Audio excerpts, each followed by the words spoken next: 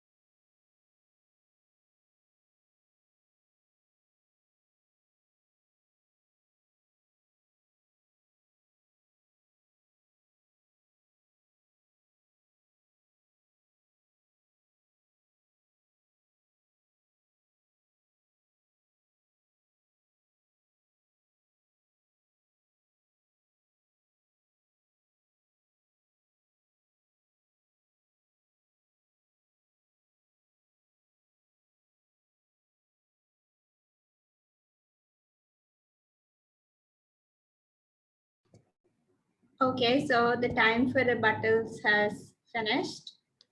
The next person from the negative team, would you like to go? Yeah, your time starts now. Okay, so the rich countries. Good evening, everyone. I'm Chinmay Patgaonkar, and I'm on the negative side of countries paying for climate change. So countries are making investments and technologies for preventing climate change. Every single company, like in the US, they have a policy of contributing towards reducing their emissions. And as far as it is concerned, we should also check the background of a particular country. Uh, the top five contributors towards the carbon emissions are the US, China, India, and Russia. Now let's take India because we're currently a developing country. We have hit the lowest GDP rate, which is minus 7.5 or 7.3%. And currently we are working on resolving the COVID pandemic, and also we're currently working on our infrastructure. But there is a plan. There is a plan. Ever since the prime minister took office in 2019, him and the minister of environment, they've started working on a plan. And by around 2030 or so, there's a plan to reduce plastic and only use recyclable plastic. Even as far as it is concerned with fuel, there is a plan to use solar-based cars or electric cars, or use electricity through hydropower energy. So I'm not saying that they are unambitious of that sort, but yes, they are working towards it, and that is one way, and that's an investment towards reducing emissions.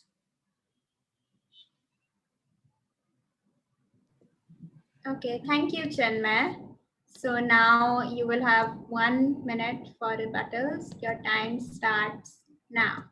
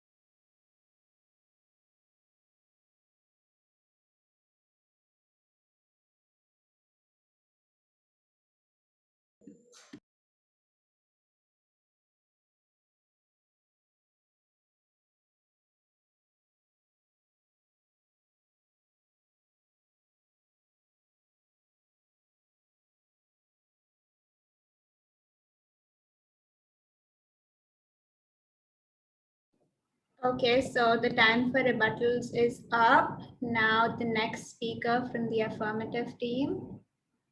Who Yeah, is it? hello. Am I audible? Yes, you are. Okay, your Good. time starts now. Good evening, everyone. I'm Atharva Lele from Vidya Valley, and I'm speaking for the motion. Humans have emitted about 450 billion tons of carbon since the Industrial Revolution, which has contributed to the world's present climate crisis. After the Industrial Revolution, which started in Europe in the 1800s, several countries rose to prominence. These countries saw population boom due to the better medication, better work opportunities, and many other factors. With increasing population comes more load over the country's resources. The dependence on agroeconomy, use of fossil fuels, and industrial activities by already developed countries have made a huge contribution to increased levels of the greenhouse gases we are seeing today. A study conducted by the World Resources Institute in 2017 revealed that the world's top four emitters of greenhouse gases are countries that have experienced a population boom in the past century, namely being China, the European Union, the US, and India. These countries collectively contribute to more than half of today's carbon emissions. The Climate Action Tracker monitors the climate commitments and actions of 36 countries that roughly contribute to around 80% of today's gas emissions. Well, here's the sad news. Those emissions are still rising and have already warmed the Earth by 1.1 degrees centigrade. The tracker shows that only 2 out of these 36 countries are actually working towards restraining global warming and sticking to the targets of achieving net zero by 2050. This makes two problems clear. One, the superpower countries are not setting ambitious targets, and two, these countries are not even delivering on their unambitious targets. This shouldn't be the case. Despite having the large financial budgets and vast powers with which the superpower countries are doing nothing to reduce the effects of climate change, even though they are the reason climate change is in such a bad state today. Due to the immense pollution which these countries have spread, why does the whole world have to suffer? Developing countries are facing the hardest time due to the increased pollution levels, as they have to adapt, mitigate climate change, and still stick to the climate objectives which the super countries have set themselves. This should be a world of morality and not hypocrisy. And therefore, I strongly believe that the small group of countries that have been responsible for almost all greenhouse emissions to date should clean the mess that they have created. After all, there are no free lunches. When you eat, you got to pay for it. Thank you. Thank you, Atharva. Now we'll have 1 minute for rebuttals. Your time starts now. Can I rebuttal? No, you just have to think of your rebuttal and add it to your team, one of your teammates' speech, whoever's speaking next.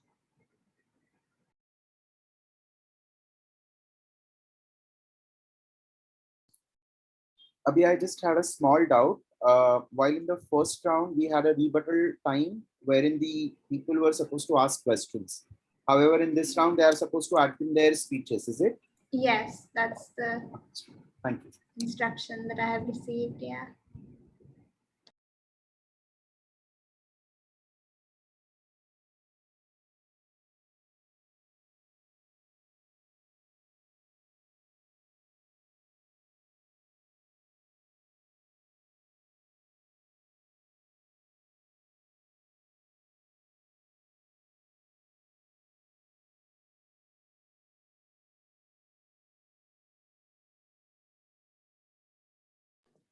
Okay, so your time is up.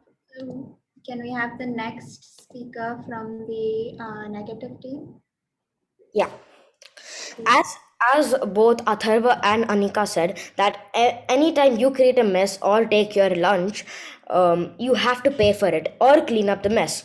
Each of the countries around the globe, each of them are coming making their own messes and paying for their own lunch. They should pay for their own lunches.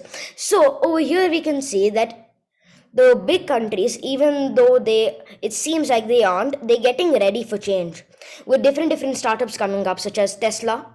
These all companies are trying to change change the amount of carbon dioxide emissions each of these big countries are making. The small countries themselves are developing forward and forward, and each of them are increasing their carbon dioxide emissions. For example, Africa as a whole will increase by 30% till for 2030. This is only 2030. We have to look in the future and in the long term. Hence, each of the countries themselves have to work on their own messes. Thank you. Okay, so now both of the teams have 1 minute time to prepare rebuttals. Your time starts now.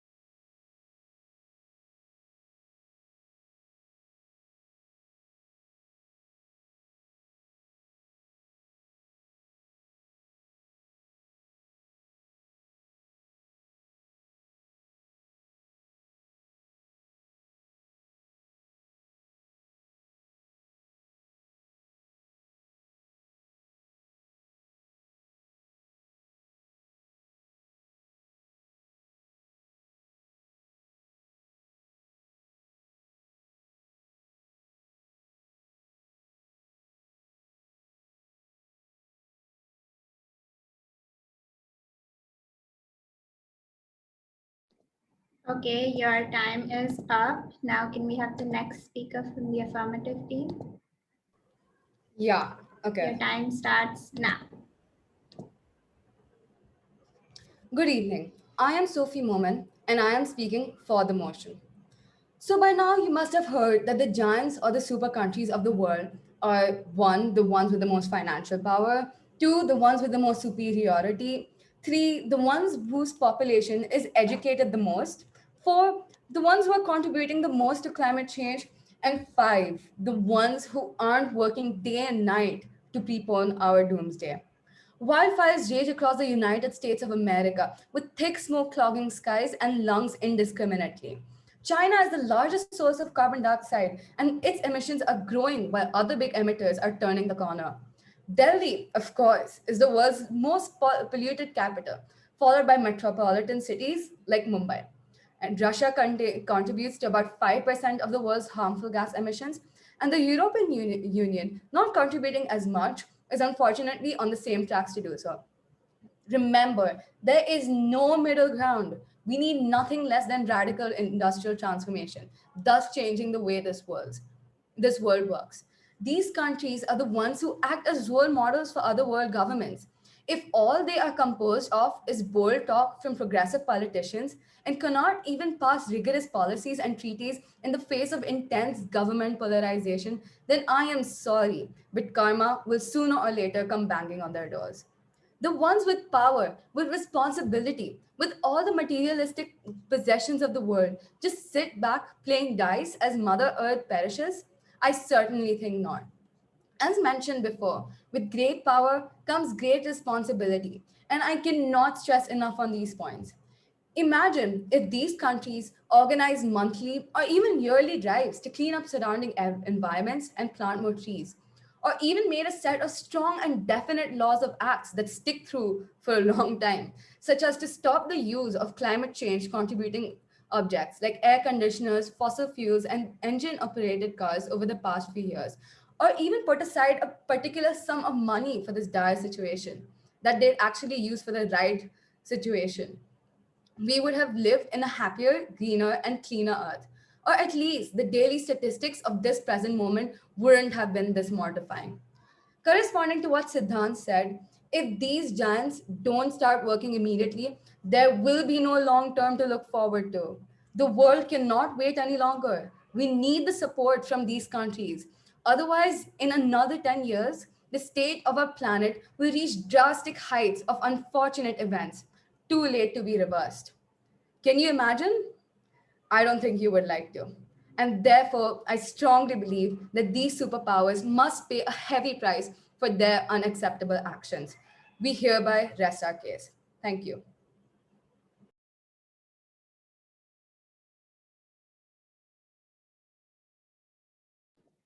Thank you, Sophie.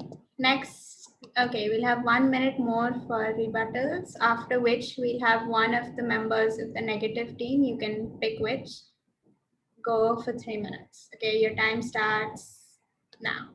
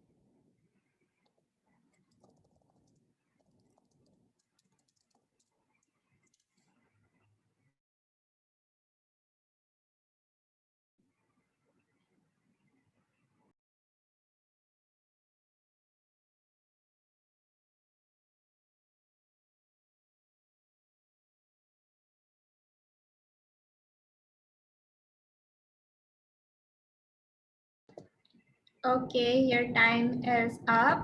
Can one of the members of the negative team please? Yeah, so I have a rebuttal. Okay, so you have 3 minutes. Your time starts now. Okay, so developed. Sophie, you said that developed rich countries with higher finances and higher GDPs per capita, they do not have, and highest educated, most educated people. These countries do not have a plan for that. Am I correct?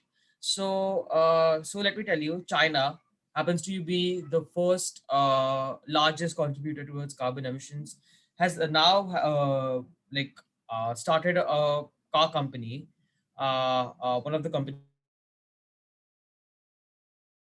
China, and a Shenzhen-based company in China. They have made a solar-powered vehicle, the first solar-powered vehicle that the world's largest carbon emission contributor. They have started working on it.